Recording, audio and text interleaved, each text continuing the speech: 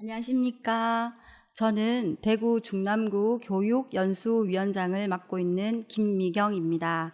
오늘 함께 공부해 볼 내용은 여성 정치 미래 비전 설계라는 주제로 함께 이야기를 해보겠습니다. 먼저 21세기 말 인구 비율을 한번 보겠습니다. 88억 명으로 예측을 하고 있는데요. 현재 인구는 78억 명입니다. 2020년 기준으로 78억 명이 되고 예상 인구는 64년에 97억으로 늘 예상이지만 그 여러 가지 변수로 이 2100년 정도에는 88억 명으로 줄어들 예정입니다. 이 통계는 UN 인구 추계에 나오는 자료를 기준으로 하였습니다. 그래서 인구가 이렇게 줄고 있기 때문에 우리는 이런 미래에 대한 대비를 하여야 합니다. 먼저 남한과 북한의 총 인구 전망을 한번 보겠습니다. 통일되었다는 가정하에 통합 인구는 보시는 것과 같이 지금 7천만 명이 조금 넘는 기준에서 점점 조금씩 늘어났다가 다시 줄어들 전망입니다. 2050년에 가면 다시 지금과 같은 인구 수준밖에 안 되고요. 표에 보시는 것과 같이 북한은 별로 인구 변화가 별로 없습니다. 하지만 남한은 인구가 많이 줄어들어서 통합 인구는 보시는 표를 참고하시면 7천만 명 조금 넘는 수준, 지금과 비슷한 수준으로 인구가 형성될 예정입니다. 그래서 미래를 보면 인구가 점점 줄어든다는 것을 알 수 있습니다. 21세기 말 한국 인구 절반이 경제 위상도 위축으로 나와 있는 자료가 있는데요. 그 자료를 보면 먼저 얘기 드린 바와 같이 2100년에 가면 인구가 88억 명으로 됩니다. 그래서 그 기준으로 해서 살펴보면 한국 인구 예측이 점점 줄어드는데 지금 모든 사람들이 다 감지하고 있는 바입니다. 첫 번째 미국을 보면 미국과 중국은 1, 2위를 다투면서 이제 세계 GDP 순위의 변화가 별로 없습니다. 미국이 1위가 됐다가 중국이 1위 됐다가 이렇게 앞서거니 뒤서거니 계속 뒤치락거리지만 저 아래 가서 한국을 보면 좀 심각한 면을 볼 수 있습니다. 현재는 14위로 GDP 순위가 14위로 선진국 수준에 지금 올라와 있죠. 그렇지만 이제 인구가 줄어들면 그만큼 경제적 모든 부담이 늘어나게 됩니다. 그래서 한국은 2030년에 가면 15위가 됐다가 2050년에 가면 15위로 다시 이제 유지만 하게 되다가 2100년에 가면 아까 인구가 88억인 2100년에 가면 한국은 20위권으로 밀려나게 됩니다. 그래서 그거를 보면 인구가 얼마나 경제 성장에 얼마나 필요한 요인이고 얼마나 중요한 요인인지 알 수 있습니다. 그래서 저희는 어떻게 해야 될까요? 인구가 줄어드는 데 대신 이제 경제력을 더 보강할 수 있는 방법을 저희가 꾸준히, 특히 여성들이 꾸준히 그 문제점을 이제 인식하고 꾸준히 살펴보고 개선하고 발전시킬 수 있는 방안들을 찾아내야 됩니다. 그래서 오른쪽에 보면 표를 보시면 현 출산율이 계속적으로 감소되고 있다는 것은 매체로부터 많이 들은 바 있으실 겁니다. 그래서 보시면 서울 인구만 해도 5천만 명 정도가 이제 서울 인구, 여기 제일 위에 표가 보시면 연한 그 파란색 부분이 서울 인구입니다. 서울 인구를 보시면 지금 이제 대통령 후보들이 나오는 보면 지방 분권화를 많이 얘기를 하십니다. 그리고 아마 필요할 겁니다. 앞으로 이제 지방 분권화가 되면 서울 인구는 계속 많이 엄청나게 많은 변화를 가지면서 줄어든다는 것을 알 수 있으실 겁니다. 그리고 전체 인구는 아까 많이 보시던 것 같이 많이 줄어들고 있습니다. 거기에 제일 많은 영향을 끼치는 거는 출산율입니다. 출산율을 높일 수 있는 방법도 중요하지만 출산한 아이들이 이제 태어난 아이들이 어떻게 더 잘 성장하고 출산은 어떻게 더 많이 할 수 있는 방안들을 계속해서 지자체에서 내고 우리 모두가 이제 특히 여성들이 그런 출산율을 높이기 위해서는 어떤 방법을 쓰면 될까? 단순히 출산 장려금을 주는 걸로 해결이 될까? 자, 그런 면에서 조금 이제 우리가 귀를 기울이고 그리고 정보에 조금 이제 민감하게 반응을 좀 하고 대비를 해야 된다고 생각을 합니다. 그러면 이제 인구가 줄어든다고 얘기를 했으니까 거기에 따른 문제점이 어떤 게 있는지 한번 살펴보면, 일단 빈집이 엄청나게 늘어날 것으로 이제 전망을 하고 있습니다. 빈집을 이제 그 추이를 보시면 이제 서울을 기준으로 한번 살펴보도록 하겠습니다. 서울은 2015년 기준에서 전국 빈집이 몇 퍼센트죠? 6.5%가 됩니다. 서울에도 이제 빈집이 있는 데가 있고 엄청 비싼 지역이 있는 데도 있습니다. 그래서 서울을 보시면 현재 6.5% 성도 수준이지만 이제 2050년에 가면 10% 이상 늘어난다는 전망입니다. 빈집이 늘어난다는 거는 그만큼 인구가 줄어들고 있다는 거죠. 그래서 우리가 이제 미래를 대비해야 되는 첫 번째 포인트는 인구가 줄어드는 데 대한 어떤 영향력이 끼쳐질까에 대한 문제점들에 대한 대비를 해야 됩니다. 자, 오른쪽에 표를 보시면 일본의 빈집 비율인데요. 일본의 빈집 비율이 지금 한국이랑 이렇게 비교를 해놨습니다. 일본의 빈집 비율이 394만 채였다가, 자, 지금 2013년 자료밖에 없어서 이제 2013년 자료를 참고로 하시면 820만 호가 됩니다. 그래서 지금 증가폭이 거의 3배 가까이 되고 있죠. 그래서 지금 통계는 아마 더 많이 늘어났을 것으로 보입니다. 우리나라가 이제 일본이랑 비교하는 자료를 보면 거의 10년? 분야에 따라서 10년 혹은 20년 정도 차이 난다고 보는데, 아마 빈집 수요도 우리나라도 이렇게 급격하게 늘 것으로 보여집니다.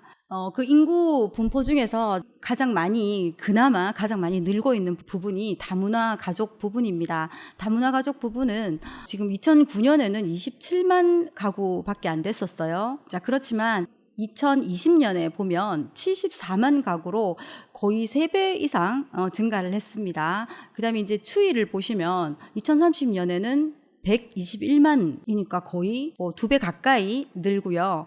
2050년에 가면 216만 가구가 됩니다. 그래서 지금하고 비교해 보면 거의 3배 가까운 증가폭을 보이고 있습니다. 그래서 다문화 가족에 대한 어머니들이 어떻게 이제 학교에서 자녀들과 아니면 학부모들과 어떻게 교류를 해야 될지, 그 다문화 가족의 아이들을 어떻게 교육을 같이 하고 우리 한국인의 정서로 같이 수용할 것인가, 거기도 문제가 되고 있습니다. 자, 한 가지 예로 이제 우리 다문화 가족 아이들이 군대를 가기 시작했습니다. 그래서 군대를 가면 집단 생활을 해야 되고, 그 안에서 한국인도 아니고 외국인도 아닌 다문화 가족 아이들이 오게 되면 우리 아이들과 같이 이제 집단 생활을 하게 되는데, 거기서 오는 문제점이 있을 수도 있습니다. 그죠? 그래서 어렸을 때부터 이제 한국인의 정서에 맞게 한국인과 같이 호흡하고 한국인과 같이 정서를 나눌 수 있게 하는 그런 교육이 반드시 필요합니다. 자, 왜냐하면 다문화 가족이 아니면 한국은 훨씬 더 많이 인구가 빨리 급격하게 줄어들지도 모르기 때문입니다. 인구가 줄어드는 요인이 아까 출산도 있습니다. 출산에 가장 많은 영향을 끼치는 게 결혼을 안 하는 이런 인구 비율입니다.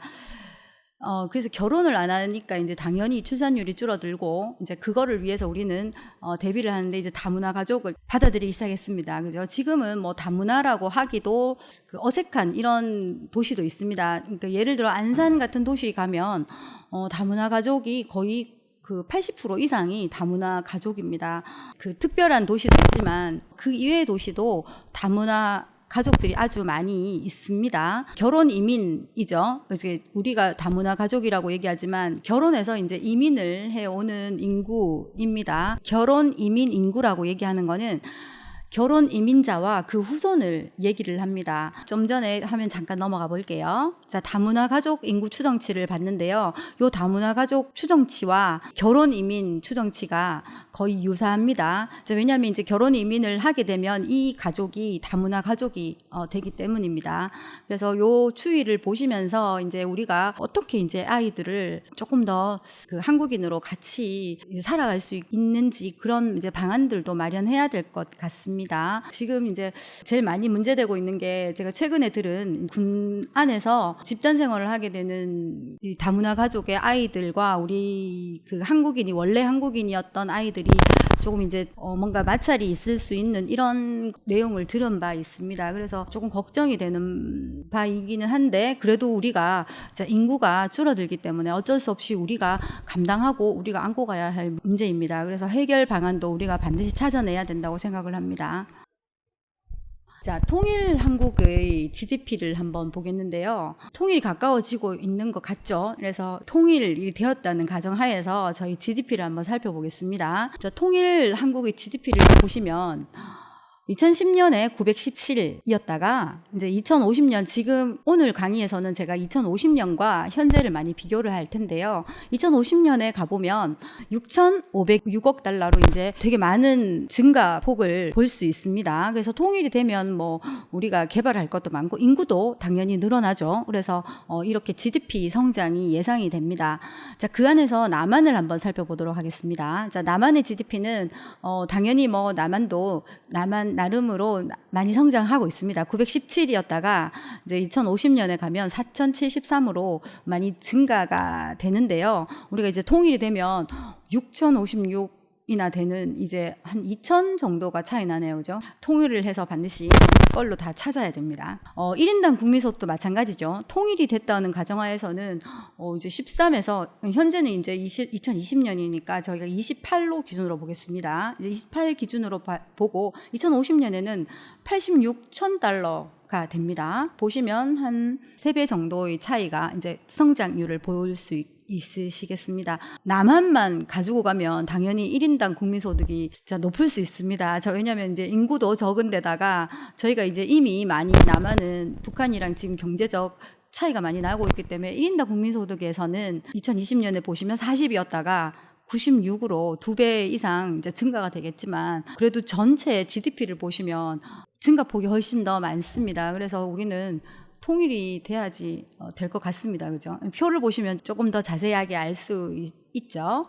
자, 오른쪽에 보시면 이제 통일 한국의 인구수 했는데 아까 표에서도 보셨습니다. 그래서 통일이 되면 이제 우리가 인구 면에서는 조금의 걱정을 덜해질 수 있다는 생각이 있지만 이 표에 왜 줄어들었냐 하면 뭐 그때 되면 세계적으로 다 우리나라뿐만 아니라 모든 나라에서 다 인구가 감소폭에 들어갑니다. 뭐 여러 가지 요인이겠죠. 환경적 문제 아니면 뭐 다른 요인에 의해서 인구가 많이 줄어들고 있는데 한국도 마찬가지로 통일이 된다는 가정하에서도 조금 줄어든다는 면이 있는데 줄어드는 폭을 보시면 됩니다. 줄어드는 폭을 보시면 우리나라는 그렇게 많이 줄어들지 않고 있다는 걸 보실 수 있습니다.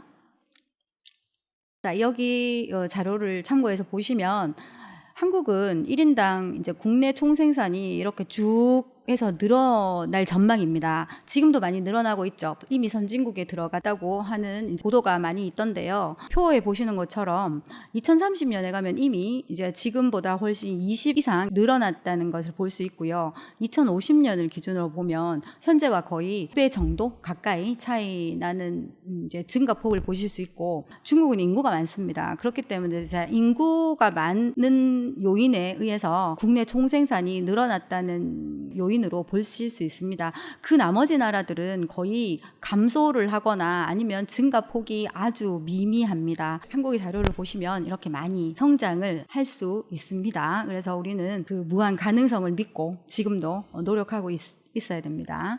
자, 1인당 국내 총생산을 숫자로 오른쪽에는 표로 나타냈습니다. 왼쪽에는 그래프로 나타냈고 이 그래프를 참고하시면 한국이 급성장할 수 있는 뭔가를 갖고 있구나 이렇게 보시면 될 것 같습니다. 자, 인구가 줄어든다고 얘기를 했습니다. 그죠? 제가 이때까지 계속. 하지만 늘어나는 인구가 있습니다. 자, 뭐겠습니까? 자, 노인 인구입니다. 자, 노인 인구는 전 세계가 다 고민의 대상이 되고 있습니다. 한국도 이렇게 노인 인구가 많이 늘어나서 지금 많이 고민에 들어갔습니다. 그죠? 늘어나는 노인 인구를 어떻게 할까? 뭐 어떻게 모실까가 더 낫겠네요. 그래서 그런 데 대한 대책 아니면 노인 인구가 확대되는 데 대한 문제점 해결 방안 뭐 이런 것들이 지금 많이 보도가 되고 있던데요. 일본의 예를 들면 초고령 인구라는 게 이제 이미 생겼습니다. 한국은 이제 최근에 초고령 인구 노인 인구라는 이제 말이 생겼는데, 일본은 이미 한 10몇 년 전부터 이제 초고령 인구라는 그 말이 생겨났습니다.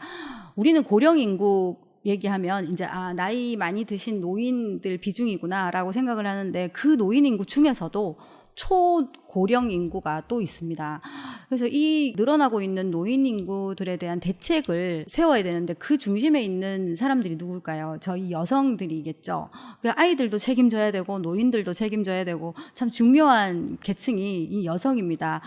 왜냐하면 뭐 가족이라고 얘기하는 그 중심에는 여성들이 있습니다. 그래서 그 여성이 뭐 우리가 다 해결을 할 수는 없겠지만, 이런 데 대한 문제점을 이제 계속 알고 제안을 하고 어떻게 해야 될까, 아니면 뭐 문제점에 잘 알고 있으면 해결 방안도 더 잘 알게 됩니다. 그래서 이 문제점에 대한 해결 방안 또한 저희 여성들이 가장 잘 알 수 있다고 생각을 합니다. 그래서 노인 인구, 확대되고 있는 노인 인구 지금 어떻게 할까를 생각해야 되기 전에 한번 얼마나 증가되고 있는지 한번 보겠습니다. 자, 2020년에는 아마 요 중간 정도가 될 것 같습니다. 그래서 아마 한 20 정도? 요 정도가 될 것 같습니다. 단위는 퍼센트이기 때문에 노인 인구 비율이 총 인구 대비해서 65세 이상을 노인 인구로 잡았습니다. 그래서 65세가 지금 뭐 심각한 노인은 아니지만, 저희가 이제 65세 정도에 퇴직을 하게 되고, 물론 이제 60세에 퇴직을 하는 계층도 있겠지만, 그 직업도 있겠지만, 65세 이상을 지금의 노인 인구 비율로 보겠습니다. 그래서 노인 인구 비율을 보면 한 20% 정도가 됩니다. 자, 그렇지만 오늘 이제 주요하게 비교하는 2050년에 가면 42%가 됩니다. 그래서 두 배 이상이 증가됐습니다. 그죠? 노인 인구 비율이 20%가 증가됐다는 겁니다. 노인 인구가 42%면 그 나머지 인구가 이제 뭐 58% 뭐 이렇게 되는데, 반반이 이제 노인과 그 노인이 아닌 계층이 됩니다. 그래서 이렇게 노인 인구가 이렇게 빠르게 늘고 있습니다. 이건 모든 나라에 다 고민입니다. 지금 뭐 오래 사는 요인도 있고, 이제 아이를 안 놓는 이런 게 맞물려서 이제 노인 인구가 더 많이 늘어나게 되는 요인입니다. 어떻게 해야 될까요? 좀 빨리 좋은 방안들을 여러 계층에서 문제점을 제기하고 거기에 대한 대책을 빨리 강구를 해야 된다는 생각입니다. 자, 중국의 노인 인구도 마찬가지입니다. 중국의 노인 인구 표를 한번 보겠습니다. 자, 이거는 바이두에서 자료를 가져왔습니다. 바이두에 있는 자료를 보시면 2020년에 보시면 16.9% 비율이었습니다. 자, 그런데 2050년에 가면 27.9%가 됩니다. 자, 중국은 인구가 상대적으로 인구가 한 14억 이상이 됩니다. 그래서 인구가 많으니까 이제 이 비율이 늘어나는 것도 조금 이제 그 비율이 그렇게 눈에 확 띄게, 아까 우리는 몇 %였죠? 20%에서 2050년에 가면 40% 이상이 됩니다. 하지만 이제 중국은 27.9%지만 중국 내에서는 이것도 되게 많이 심각한 노인 인구 비율입니다.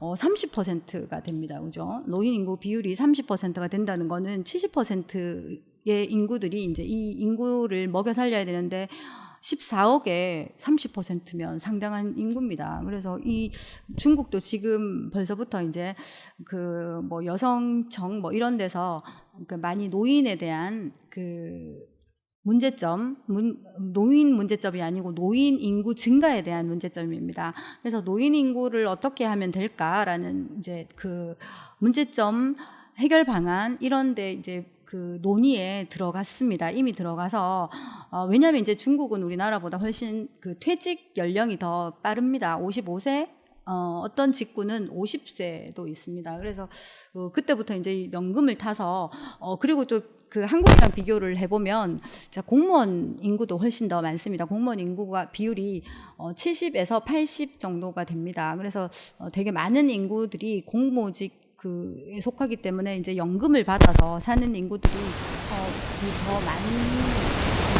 한국보다. 그래서 거기에 대한 이제 문제점들, 그 연금을 계속 주려면 누군가는 계속 일을 해야 되니까 이제 거기에 대한 문제점들이 한국보다 어쩌면 더 심각하게 더 일어나고 있을지도 모르겠습니다.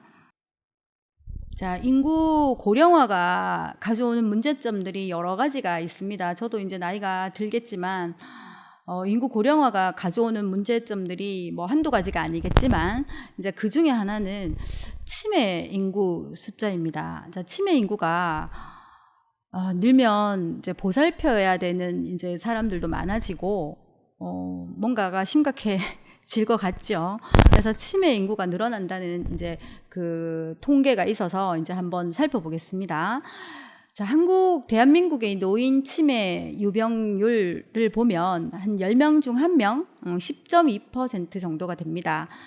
자, 치매 환자 성별 비율을 보면 남성과 여성이 더 많습니다. 여성이 7이고 남성이 한 30% 정도가 되는데 그 남성이 더 적은 이유는 뭐 저는 모르겠지만 일단 그건 살펴보면 좀 찾아보면 알 수 있을 것 같지만 그 여성들이 고민을 많이 해서 그런 것 같습니다.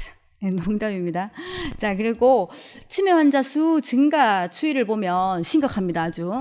그래서 여기 보시면 지금 4배, 2018년 기준으로 보시면 2050년에는 4배 이상 증가 추이입니다.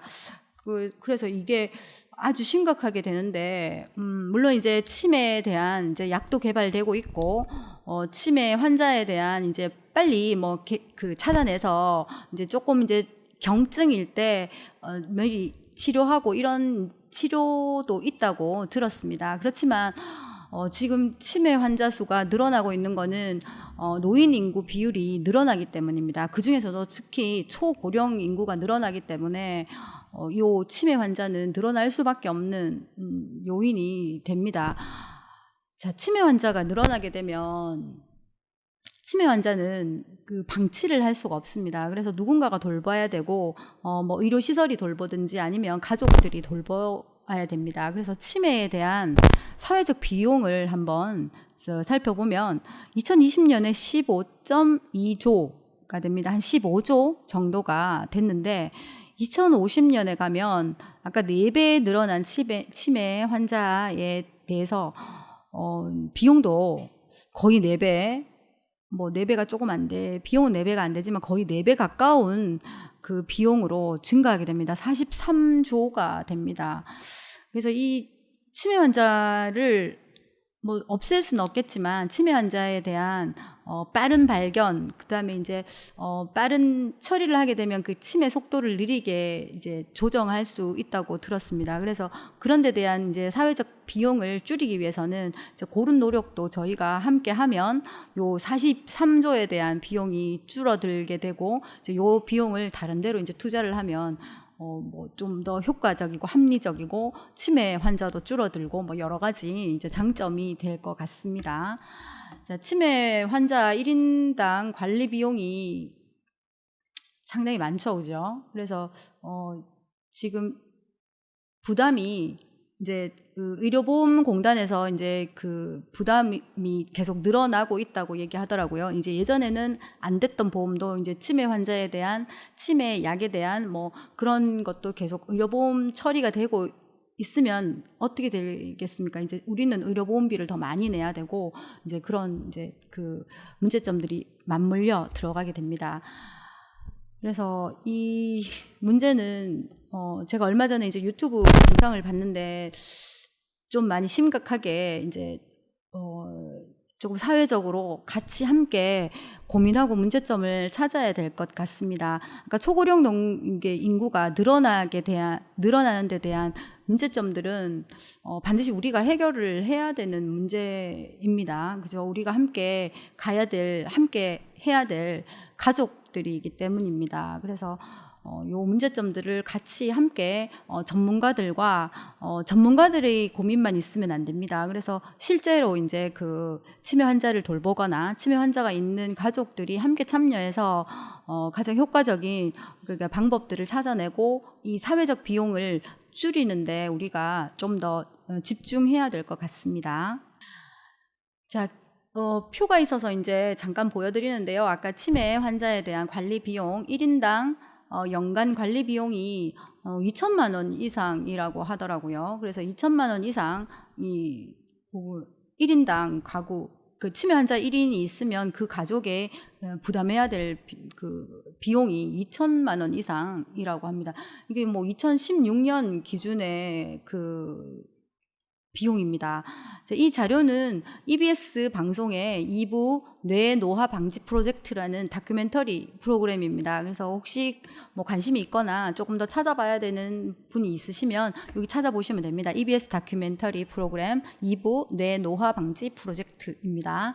그래서 여기 보시면 이제 2020년에 18조였다가 이제 2050년에 106조로 늘어나게 되는데 이게 1인당 치매 환자의 관리 비용을 이제 합하면 이런 이제 그 나온다는 겁니다. 전체 가구 소득의 절반입니다. 그러니까 이제 전체 가구 소득이 이제 4천만 원, 뭐 5천만 원 이렇게 된다는 가정하에서 뭐 이렇게 46.1%가 되면 거의 반 이상은 아니고 반 정도 되는 그 비용을 지불해야 된다는 거죠. 그래서 아주 많이 그 부담이 되는 이 비용입니다. 그죠? 그래서 우리가 같이 함께 해결해야 될 문제라고 생각을 합니다. 자, 그다음에 이제 저희가 오늘 주제가 미래에 대한 얘기입니다. 그래서 미래에 대한 얘기를 이제 그 기본적인 내용을 다 살펴보았으니까 이제 기본적인 내용 이외에 저희가 미래에 어떤 직업들이 살아남을 건가 이제 그거를 한번 살펴보겠습니다.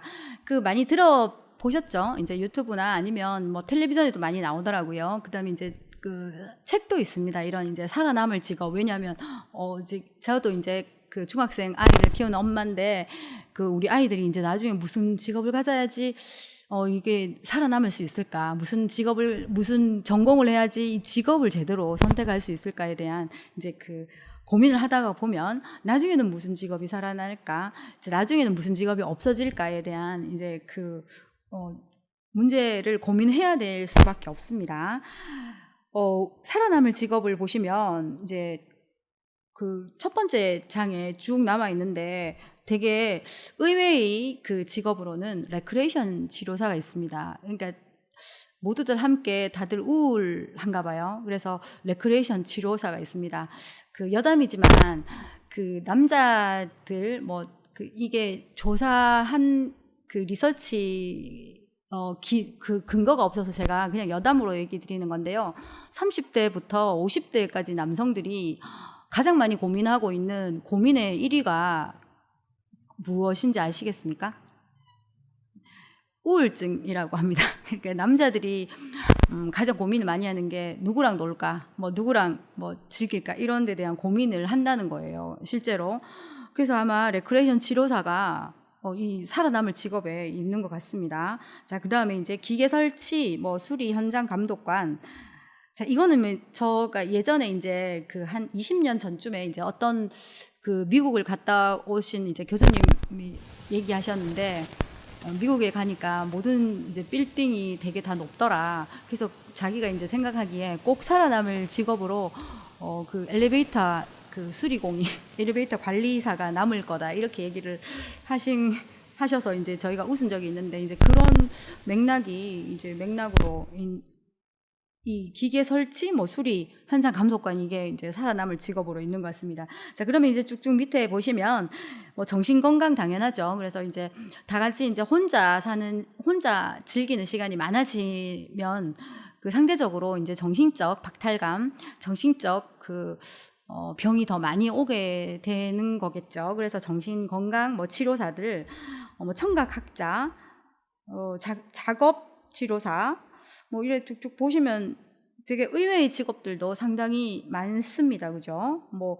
교수가 아니고 또 교수 코디네이터 뭐 이런 심리학자 뭐 이건 예상했던 뭐 거죠. 근데 이제 쭉 보시면 이제 첫 번째, 두 번째, 그다음에 세 번째 표에 보시면 그 살아남을 직업 우리가 이제 이 순위가 있고요. 마지막에 뭐가 있습니까? 연극, 공연, 메이크업 전문가가 있습니다. 자, 이것도 우리가 연극은 이제 이거 아까하고 연결되는 것 같습니다. 정신적으로 우리가 맨날 혼자 있는 시간이 많아지면 유튜브도 혼자 보고 이제 뭐 집에서 아이들 혼자 게임하고 뭐 이러다 보면 이제 서로 이제 같이 교류의 시간이 줄어들죠. 그래서 이런 연극이나 공연 이런 걸 통해서 아마 그런 문제점들을 해결하고 싶은가 봐요. 그죠? 그래서 이런 전문가들이 살아남고요. 자, 그러면 이제 사라질 직업들은 어떤 게 있는지 한번 보겠습니다. 자, 사라질 직업은 그러니까 우리 아이들한테 이제 요런 전공을 뭐 가능한 안 하면 좋겠죠. 물론 이제 본인이 굳이 원하면 어쩔 수 없지만 가능한 이제 추천은 안 해주시는 게 좋을 것 같습니다. 뭐 텔레마케터 왜냐면 이제 기계로 저도 어떤데 이제 전화를 해보니까 기계가 받더라고요. 그래서 그런 기계가 이제 대신해서 받게 되고 그 TV 광고도 나오죠. 뭐 그 식당 예약도 이제 AI가 이제 전화 받아서 몇 명입니까? 뭐 몇 시에 오실 겁니까? 이렇게 하면 우리가 메시지를 남기면 그 AI가 그대로 컴퓨터에 넣어서 이제 예약 잡혔습니다. 이렇게 해서 하니까 이제 뭐 전화를 대신 받아주고 뭐 상담사 이런 게 없어질 것 같은 기억이 나네요. 이게 예상이 듭니다. 자, 그다음에 이제 또 의외는 뭐 쭉 보시면은 사진 출력사 뭐 이런 것도 그죠? 기계가 대신할 수 있는 이런 것들. 은행은 없어진다고 얘기를 많이 하죠. 은행 관리 직원들은 뭐 은행 안 하고 이제 저희가 다 이제 폰으로 핸드폰으로 이제 스마트폰으로 다 작업을 하니까 필요 없을 것 같고 이제 특히 중개인 뭐 이런 사람들 뭐 보험 조장인 뭐 대출 담당 이런 것들이 이제 저희가 개인으로 다 할 수 있으니까 특히 이제 지금 이제 스마트폰에 AI 기능이 지금 많지 않지만 이제 AI 기능까지 들어가면 우리가 얘기를 하면 바로 이제 내가 원하는 이제 심리적인 것도 들어간다고 얘기하죠. 그래서 내가 이게 기계만 쳐다보고 있으면 이제 기계가 나의 마음까지 알아서 뭔가 찾아주고 이런 세상이 온다고 얘기합니다. 아마 곧 올 것 같습니다. 그다음에 뭐 스포츠에 관계되는 스포츠 심판 이런 이제 없어지는 직업을 쭉 이제 나열을 해놨습니다. 그래서 참고를 해서 보통 제가 이렇게 슬쩍 보니까 아마 상담을 하거나 뭐 이렇게 그 중개를 해주거나 뭐 이런 직업들이 보통 좀 없어지는 직업으로 많이 들어가 있는 것 같습니다. 자, 그 다음 장 보시면요. 자, 마지막으로 이제 인공지능 로봇이 나오죠. 로봇이 이제 이때까지 조금 이제 기계적인 업무만 하다가 이제는 조금 이제 AI가 이제 보충되면서 이제 이 기능이 생기는 로봇이 나타나게 됩니다. 그래서 이제 로봇이 대체가 쉬운 직업, 로봇이 대체가 어려운 직업을 제가 이제 찾아서 나열해봤습니다. 그래서 로봇이 이제 대표적인 거 몇 가지만 한번 살펴보면 로봇이 이제 대체하기 쉬운 직업군에는 청소원, 벌써 이제 청소 로봇이 많이 나왔죠. 우리 지금은 로봇은 아니지만 이제 그 방 청소하는 로봇이죠. 혼자 틀어놓으면 혼자 하잖아요. 퇴근하고 오면 방 다 청소해 있고 뭐 이 정도 나오니까 나중에는 뭐 구석구석 먼지까지 터는 이제 청소원이 나올 것 같습니다. 뭐 주방 보조원이나 이게 텔레비전에 가끔 보면 나오죠. 햄버거 막 만들고 뭐 이런 로봇이 나옵니다. 자, 그다음에 뭐 지금 벌써 주차 관리원이나 표를 끊어주고 뭐 이런 것들은 저희가 기계로 하잖아요, 그죠? 그걸 로봇처럼 만들면 사람이 해주는 것처럼 되니까 뭐 그런 것들 이런 직업들은 로봇이 나오게 되면 대체될 확률이 높습니다. 그래서 이런 직업들은 좀 위험한 직업에 속해지겠네요. 자, 그다음에 이제 로봇은 AI가 나와도 안 된다. AI 로봇이 나와도 이제 대체가 힘들겠다라는 이제 그 직업에는 회계사가 있고 뭐 항공 조종사, 왜 투자, 뭐 신용 분석을 하고 막 이런 것들은 사실 AI가 할 수 있지만 분석해서 저희가 항상 의외의 요인들이 있잖아요. 그래서 그런 변수들을 생각하기가 되게 힘듭니다. 이제 기계가 힘든 거는 뭔가 변수를 넣기가 되게 힘들죠. 그래서 분석하고 결과치는 뽑아지겠지만 그런 이제 세세한 이제 변수들이 넣는 것에는 조금 약할 수 있습니다. 근데 여기 의외는 대학 교수가 있는데 사실 대학 교수도 요즘에 왜 이런 인터넷 강의로 대신하고 옛날 같으면 이제 학생들도 다 와야 되지만 지금 이제 코로나로 이제 장점이 나온 것들이 코로나로 이제 많이 부각되고 이게 예전에도 저희가 학교에도 인터넷 강의가 있었습니다. 그렇지만 이제 활성화가 되지 않았는데 코로나 때문에 인터넷 강의가 아주 활성화돼서 지금은 교수들이나 학생들이 아주 익숙하게 사용하고 익숙하게 이렇게 누리고 있습니다. 자, 그런 코로나 때문에 가져온 장점입니다. 그래서 여기 살펴보시면 이제 우리 아이들한테 이제 미래에 이런 직업을 선택해야 된다. 앞서서 이런 전공을 선택해야 된다. 이런 전공은 좀 선택을 하면 안 좋겠다. 이런 이제 그게 나옵니다. 그죠? 그래서 참고해서 보시면 될 것 같습니다. 자, 제조업종 사양 산업을 19가지가 있습니다. 9가지. 그래서 9가지를 나열해 봤는데요. 제조업종은 사실 많이 사용한다고 많이 나오죠. 그 중에서도 자, 이 9가지 제조업종은 엄청나게 빠른 속도로 없어질 전망입니다. 아마 20년 아니면 30년, 오늘 비교하는 2050년 정도 되면 이런 직업들은 아마 없어질 수도 있다는 그런 제조업종 사양 산업이 있습니다. 그래서 여기 참고해서 보시면 될 것 같습니다. 오늘 2050년이 되면 어떤 일이 생길까? 자, 저희가 이제 미래를 대비해야 된다고 얘기했는데요. 저희 아이들에게, 저희 아이의 또 아이들에게 이제 어떤 일이 생길지 이제 미래를 저희가 미리 알아보고 이제 거기에 대한 전공을 선택하거나 아니면 흥미를 갖게 하거나 직업을 선택하게 하거나 이렇게 해야 될 것 같습니다. 그래서 2050년이 되면 드디어 도대체 어떤 세상이 올까 한번 살펴보겠습니다.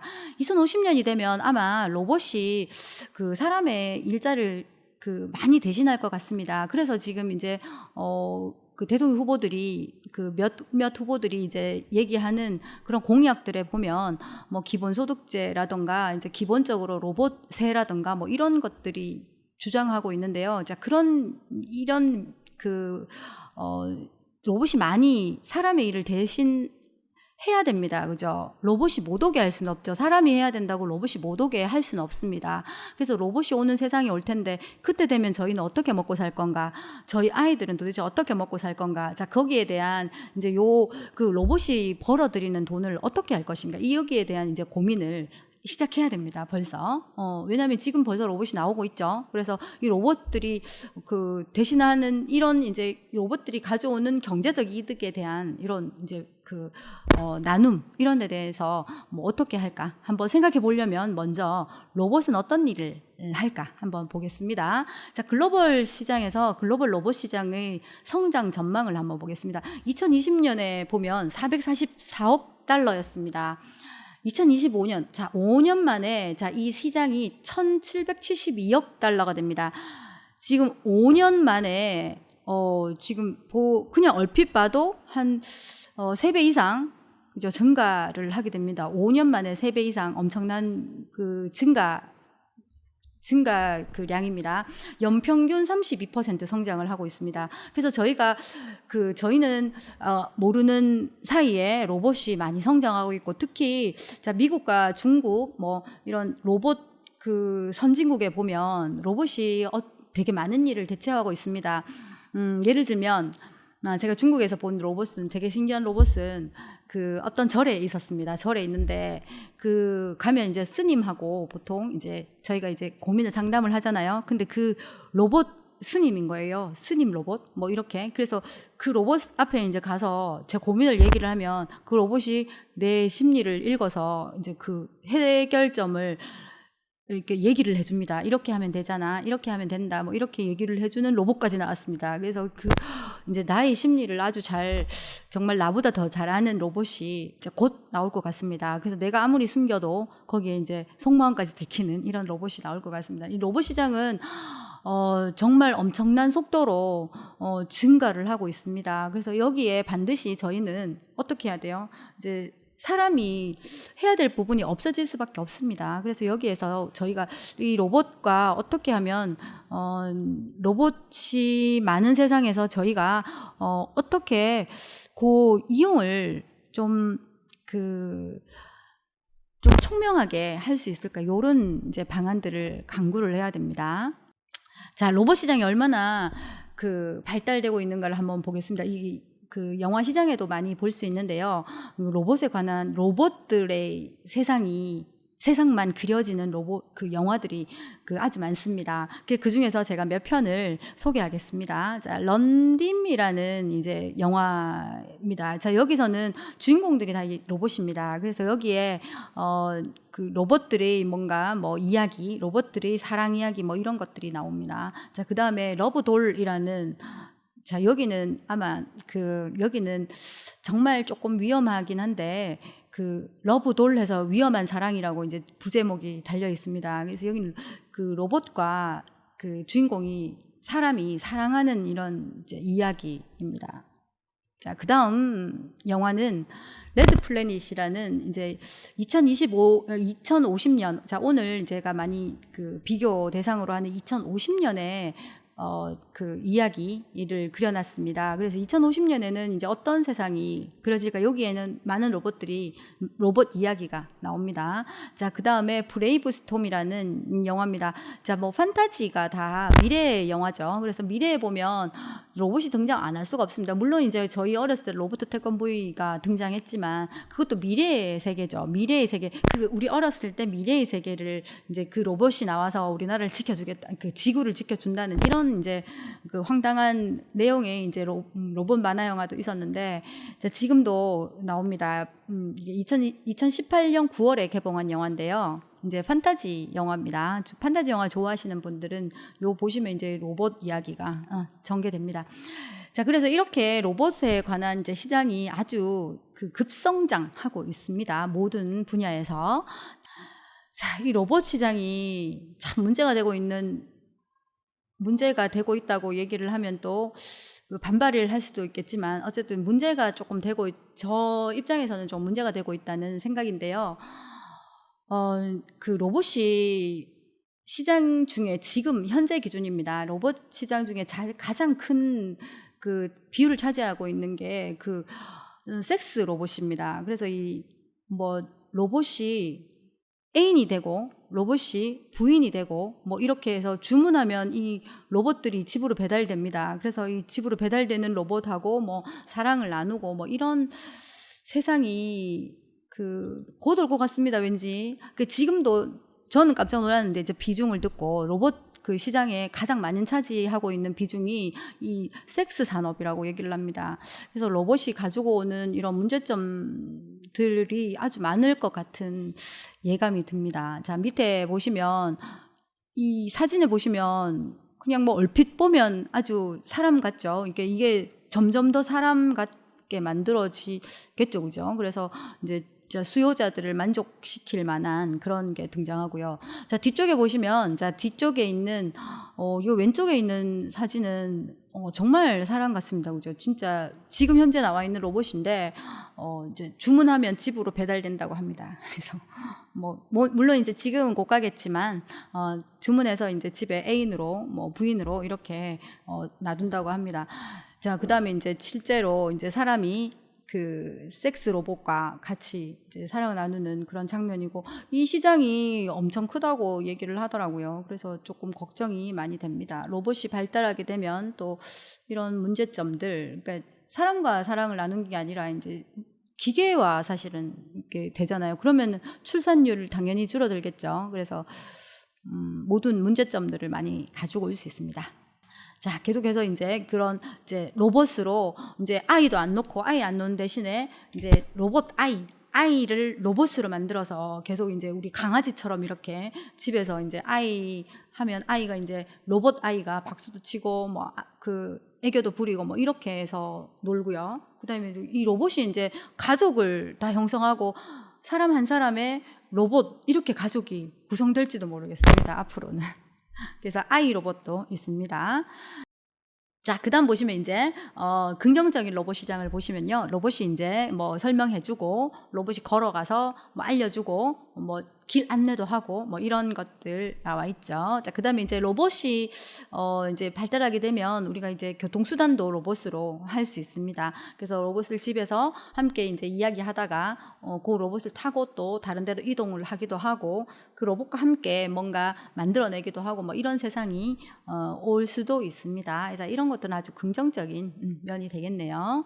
자, 이렇게 되고요. 자, 그다음 로봇이 차지하게 되는 거 아까 얘기 드린 것처럼 청소기. 자, 청소기 로봇이 등장할 수도 있고요. 로봇 자체가 청소기일 수도 있지만 요런 로봇이 더 효율적인 것 같습니다. 그죠? 이렇게 로봇이 청소기를 들고 청소를 하면 됩니다. 그럼 우린 청소기도 안 바꿔도 되고 로봇만 하면 되고 이 로봇이 또 청소 이외에 다른 일을 할 수도 있을 것 같습니다. 뭐 설거지도 하고 빨래도 널고 저는 개인적으로 집에서 제일 하기 싫은 게 빨래 널기던데 이제 그래서 빨래 널기 싫어서 저뿐만 아닌 것 같습니다. 제가 빨래 널기를 아주 싫어했는데 제 친구들 보니까 다들 싫어해서 이제 건조기를 사고 그래서 빨래 안 널고 그냥 이제 빨래 이제 해서 바로 그냥 입을 수 있게 이렇게 하고 그래서 이게 이제 나중에는 저희가 이제 할머니가 될 때는 아마 요 로봇이 빨래도 널어주고 뭐 이렇게 할 수 있을 것 같습니다. 그래서 청소기를 돌리는 로봇이 이렇게 있으면 이제 사람 옆에서 어떻게 하고 있어요?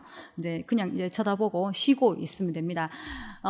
그 여담인데요. 이제 저희 애가 이제 중학생인데 이 아이 1학년 때 이제 참관 수업을 갔습니다. 부모 참관 수업. 그래 갔더니만 역할 분담에 대한 이제 그 과제였어요. 고 이제 그날 그 수업 내용이 역할 분담, 가족의 역할 분담에 대한 내용이었는데 그 설거지 엄마는 뭐 했더라? 설거지 하는 거, 뭐 밥하고 이런 거 이제 엄마였어요. 그다음에 뭐 밖에 가서 뭐 이렇게 빗자루 쓸고 뭐 이런 거는 뭐 할아버지는 뭐 지팡이 짚고 이렇게 갔나 뭐 이런 거 할아버지 뭐 이렇게 보면 알 수 있는 이런 거였는데 제가 제일 의아했던 거는 이제 청소기를 돌리는 이렇게 선생님이 청소기 돌리는 신용을 했는데요. 그 역할이 아빠였습니다. 아빠. 그래서 되게 놀란 적이 있는데 이제 정말 많이 바뀌었구나. 이제 교과서에 아빠의 역할이 청소구나. 이렇게 제가 생각을 하고 되게 의아해 했었는데 저희 집에서도 물론 남편이 청소를 하지만 지금 이제 사진에도 보시면 남자가 이제 그 로봇이 청소하는 모습을 이렇게 보고 있죠. 그래서 아마 청소는 이제 남자의 역할로 들어간 것 같습니다. 자, 그 다음에 이제 로봇이 뭐 하고 있어요? 이제 그 실험실에서 뭐 정량을 뭐 넣거나 정량을 재거나 정량을 뭐 선별하거나 분별하거나 이런 것들은 로봇이 사람보다 훨씬 더 잘할 수 있을 것 같습니다. 뭐 소수점 3번째 자리까지 하라고 명령을 해놓으면 아마 그까지 다 할 것 같은데 그래서 이런 것들은 로봇이 더 정확하게 그 문제 없이 그죠? 이렇게 그 실수 없이 할 수 있을 것 같습니다. 그래서 이런 것들은 아주 로봇이 가져오는 나중에 이제 발전시켜야 될 미래의 모습입니다.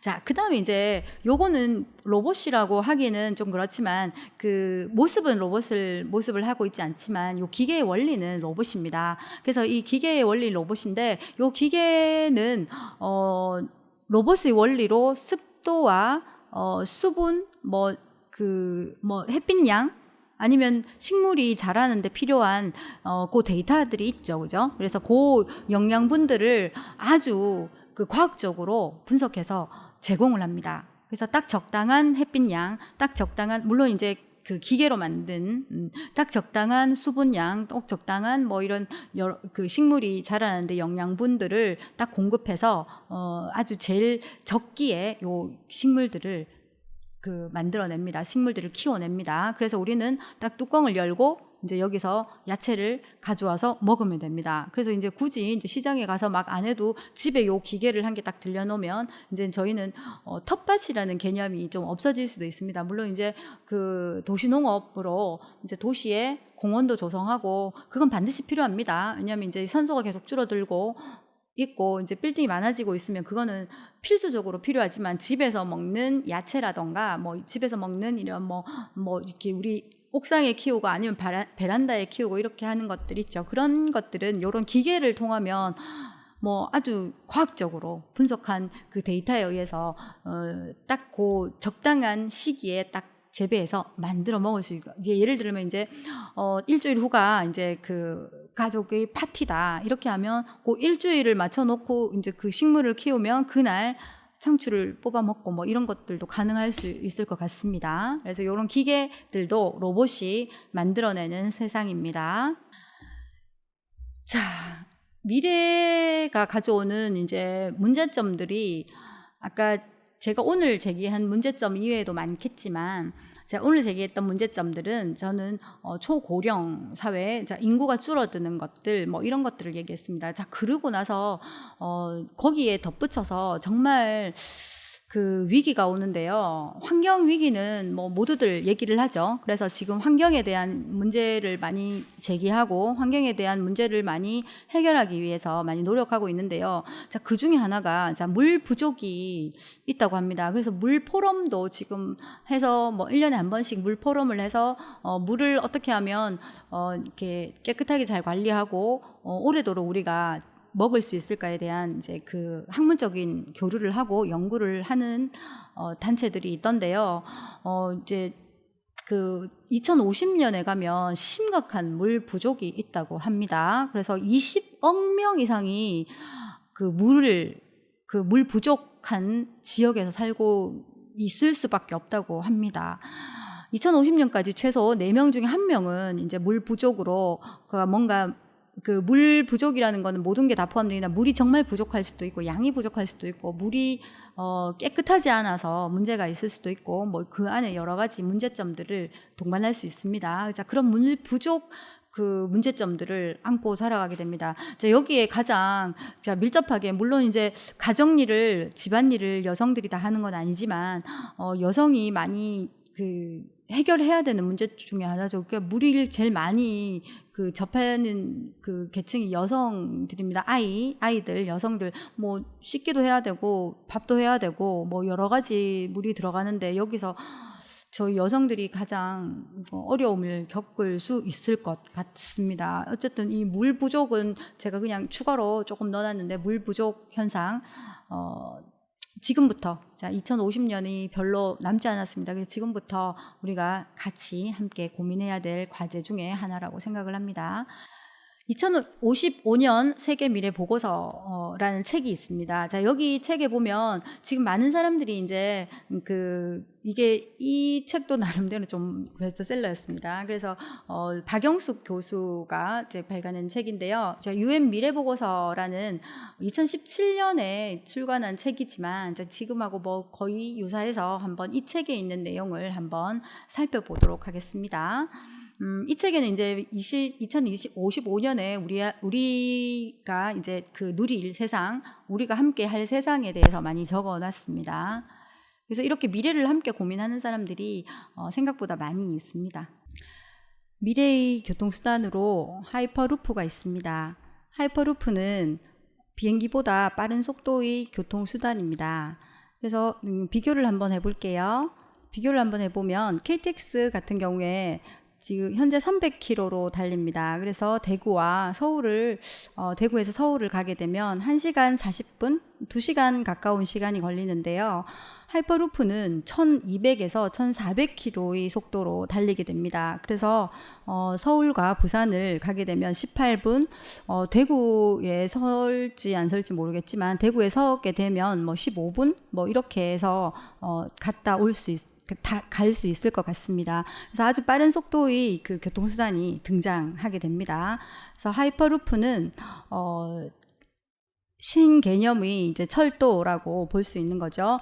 하이퍼루프 이외에 이제 드론을 이용해서 이제 날아다니는 자동차가 만들어집니다. 날아다니는 자동차는 이렇게 하늘을 이렇게 날아서 이동을 하게 됩니다. 그래서 가까운 옥상을 통해서 가까운 건물의 넓은 옥상을 통해서 뭐 그다지 많이 넓지 않아도 됩니다. 비행기처럼 착륙하는데 이렇게 활주로가 필요하지 않기 때문에 그 공간만 뜨고 내리는 공간만 필요하기 때문에 그렇게 넓지 않은 공간으로 이동을 하고 착륙을 할 수 있을 것 같습니다. 그래서 이런 드론 같은 이런 교통수단. 자, 그 다음에 이제 하늘을 나는 자전거, 그 헬리콥터처럼 생겼지만 이것도 그 교통수단, 미래 교통수단으로 등장하게 됩니다. 이렇게 활주로가 필요 없는 적은 공간으로 이 착륙이 가능한 이런 교통수단들이 등장하게 될 것 같습니다. 자, 그리고 하늘을 나는 이 자동차, 그죠? 이거는 영화나 최근에 이제 그 어떤 프로그램이나 뭐 이런 유튜브 이런 데 많이 나오고 있죠. 이게 아직 개발 중이지만 미래에 등장할 교통수단으로 이 나르는 자동차가 나올 것 같습니다. 그다음에 이제 그렇게 이런 드론, 그다음 하이퍼루프, 그런 나르는 자동차가 다니는 우리 세상을 한번 미래를 예측해 보면 이런 모습으로 이제 세상이 구성될 것 같습니다. 참 재미있는 세상이 될 것 같습니다. 그죠? 자, 그 다음은 이제 그 하이퍼루프 역을 한번 가상으로 한번 만들어 봤습니다. 제가 만든 건 아니지만, 요렇게 만든 역이 요렇게 우리 예전에 보면, 영화에 등장하는 그런 역 같죠. 똑같이 생겼죠. 그죠? 이렇게 빠른 속도로 가기 때문에 이런 캡슐을 통해서 그 철도 레일이 아닌 이런 캡슐을 통해서 갈 수 있다고 합니다. 그래서 이렇게 역에 내려서 이제 자기의 드론을 이용해서 또 집까지 이동하거나 뭐 다른 자동차를 이용하거나 이렇게 이제 수단으로 갈 수 있을 것 같습니다. 자, 그래서 전체적으로 이제 우리 모습을, 미래의 교통의 모습을 한번 그려보면 아주 빠르게 이제 날아다니는 자동차와 드론, 그다음에 이제 캡슐형 이동 수단 뭐 이런 것들이 그 미래에 등장할 것 같습니다. 그래서 미래의 모습은 이렇게 근사한 모습으로, 하지만 좀 복잡할 것 같죠. 하지만 걱정 안 하셔도 되는 건 다 AI가 장착되어 있어서 자동 제어, 위험 순간에 자동 제어 시스템이 다 작동을 합니다. 그래서 걱정하지 않으셔도 괜찮을 것 같습니다. 그 다음은 이제 저희가 대구에서 이제 주장하고 있는 몇몇 국회의원 후보가 주장하고 있는 스마트 시티에 대해서 한번 알아보겠습니다. 스마트 시티는 사물 인터넷, 사이버 몰리 시스템, CPS, 그 다음에 빅데이터 솔루션 같은 이런 정보통신 기술을 이용해서 우리 생활을 아주 편리하고 획기적으로 바꿀 수 있는 이런 도시 시스템입니다. 그래서 이런 이제 대구에 시범적으로 몇몇 도시, 몇몇 구역에 설치를 한다고 하죠. 그래서 그렇게 설치를 하게 되면 저희가 무슨 이점이 있는지 한번 좋은 점을 한번 살펴보겠습니다. 자, 산업과 에너지, 주택, 농업, 의학, 물류를 전부 스마트 시스템에 으로 통일시키게 됩니다. 그래서 저희는 여기 집에서 스마트폰 혹은 컴퓨터 시스템을 통해서 이렇게 제어를 하고 주문을 하고 여기서 이제 컨트롤을 하게 됩니다. 그래서 컨트롤 시스템이 없어도 간단한 뭐 앱이나 아니면 뭐 어떤 프로그램으로 이런 조정을 하게 되는 거죠. 그래서 우리가 찾아가는 게 아니라 내가 하고 싶은 거를 입력하면 이제 시스템에서 찾아주는, 그래서 저희하고 이제 소비자와 이제 수요자를 연결하는 그런 시스템으로 공급하게 됩니다. 그래서 이런 편리하게 이용할 수 있는 이런 시스템을 갖추는 도시를 스마트 도시, 스마트 시티라고 얘기를 합니다. 자, 스마트 시티의 7대 핵심 요소를 한번 살펴보겠습니다. 모빌리티. 자, 첫 번째 모빌리티는 카쉐어링이 대표적인데요. 카쉐어링은 편리하게 이용할 수 있을 것 같습니다. 물론 이제 위험이 도사리고 있지는 않지만 이제 모든 시스템을 컴퓨터에서 관리를 하기 때문에 서로의 정보들이 다 입력이 됩니다. 그래서 내가 여기서 수성못에서 동성로로 가겠다. 그러면 그 시간에 어떤 사람도 이동하게 될 수 있습니다. 그래서 그런 정보를 딱 뜨면 같이 이동하게 되고 혹은 더 멀리도 이동하게 됩니다. 대구에서 서울 가는 거리도 내가 어떤 시간에 가겠다라고 입력을 해놓으면 카쉐어링이 이제 프로그램에 의해서 딱 찾아줍니다. 그래서 같이 이동하거나 뭐 이렇게, 그래서 비용을 절반으로 이제 줄이게 되는 이런 효과가 있을 수 있습니다. 자, 그다음 두 번째는 이제 헬스케어인데, 헬스케어 시스템은 이 스마트 시티의 가장 획기적인 좋은 점입니다. 헬스 시스템으로 원격 진료가 가능하게 됩니다. 자, 원격 진료는 지금 이제 한국에서는 법적으로 허용은 안 되지만 중국은 이미 법적으로 허용이 되고 있습니다. 그래서 이 원격 진료에 의해서 내가 병원을 안 가더라도 이 AI 기반의 문진 시스템을 통해서 약을 처방받거나 아니면 어떤 진료를 하거나 어떤 처방을 간단한 처방을 할 수 있습니다. 집에서 그렇게 할 수 있는 이런 원격 진료 시스템. 자, 그다음 세 번째는 이제 교육입니다. 교육은 코로나 덕분에 이제 그 교육 시스템이 온라인 시스템 이런 뭐 그 3D 프린터나 아니면 메이킹 공간 그 컴퓨터에 실제 들어가서 거기를 이용하는 이런 것들이죠. 그래서 그런 이제 그 메타버스 시스템을 통해서 이렇게 그 이용하는 이런 것들입니다. 그래서 지금은 모두가 교육자와 그 피교육자들이 아주 익숙해져 있는 그 온라인 교육이 되고 있습니다.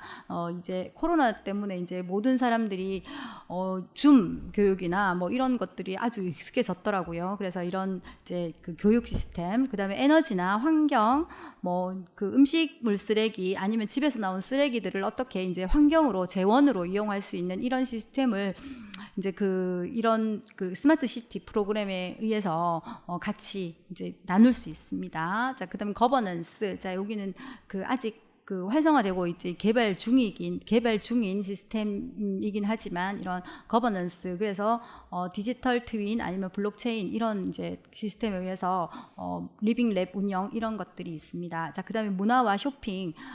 지금도 이제 문화와 쇼핑은 그 하고 있죠. 우리 앱만 딱 켜면 바로 쇼핑을 해서 그다음에 이제 사람이 가져다 주고 이렇게 하는데, 이제 조금 있으면 이제 이런 스마트 시티를 완벽하게 구성을 하게 되면 여기 무빙 카트도 이제 무인으로 전부 다 이제 배달도 되고 가면서 이제 그 어떤 그 로봇이 등장할 수도 있겠죠. 이렇게 배송하는 로봇, 아니면 우리가 가서 이제 지나가다가 어떤 거를 가져오는 이런 시스템도 구축할 수 있고요.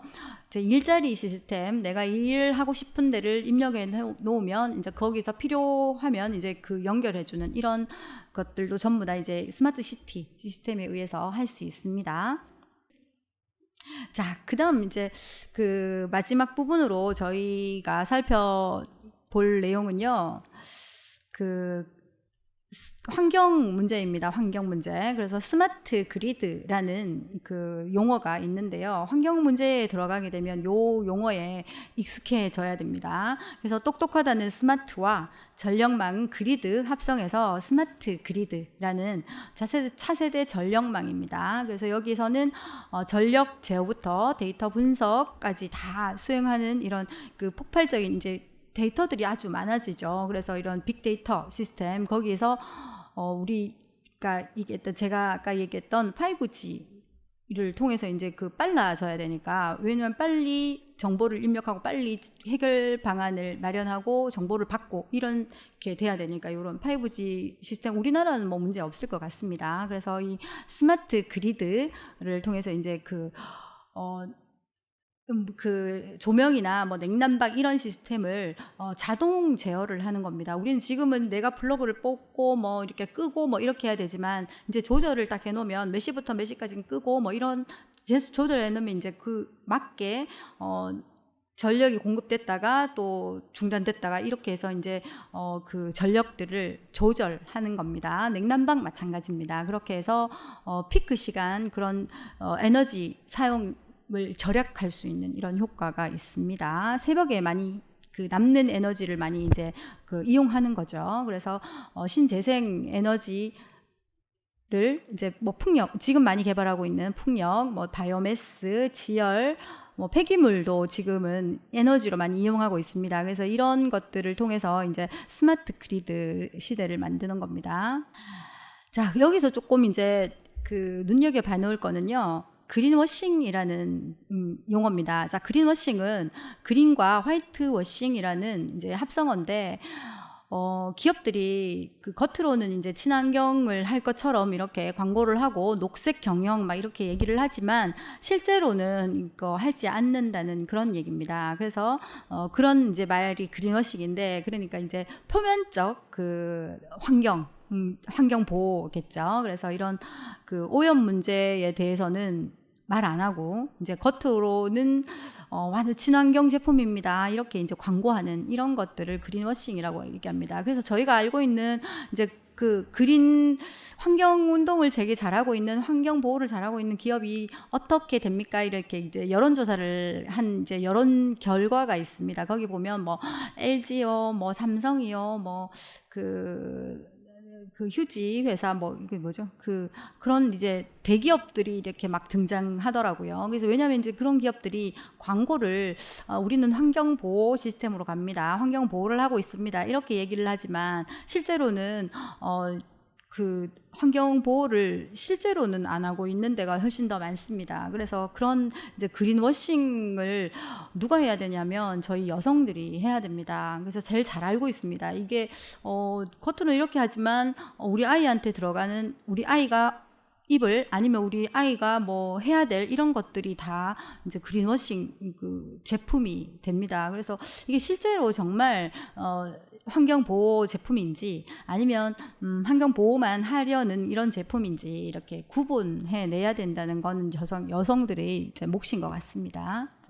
자, 그린워싱과 그린 마케팅이 있습니다. 자, 그린 마케팅은 실제로 정말 이제 그 환경 보호를 하는 거죠. 예를 들면 요즘 이제 그 플라스틱 빨대를 사용하지 않고 종이 빨대를 많이 줍니다. 그래서 이거 뭐 불편하긴 하던데 조금 이제 시간이 지나니까 이제 녹기도 하고 막 이래서 불편하긴 하던데 어쨌든 많이 이제 환경 보호에 많이 이제 그 플라스틱하고는 차원이 다르게 많이 환경 보호를 하는 겁니다. 그죠?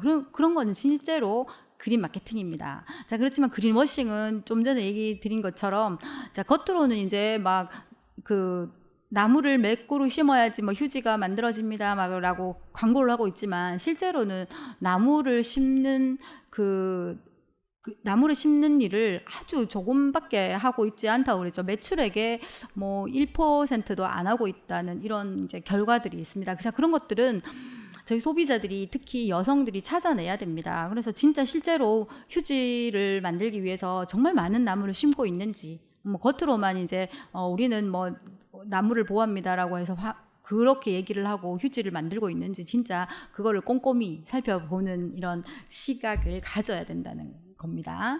자, 마지막으로 이제 그 전기나 수소 하이브리드 시장 전망입니다. 지금 하이브리드 차가 많이 나오고 있고 전기차도 많이 나오고 있죠. 자, 특히 이제 그 전기차들이 요즘에 많이 등장하던데요. 지원비도 많고 그래서 소비자들이 값비싼 차지만 이제 지원금이 있어서 지금은 많이 구매를 하더라고요. 하지만 지금은 조금 불편하지만 앞으로는 많이 이제 불편한 점이 많이 없어지리라 생각을 합니다.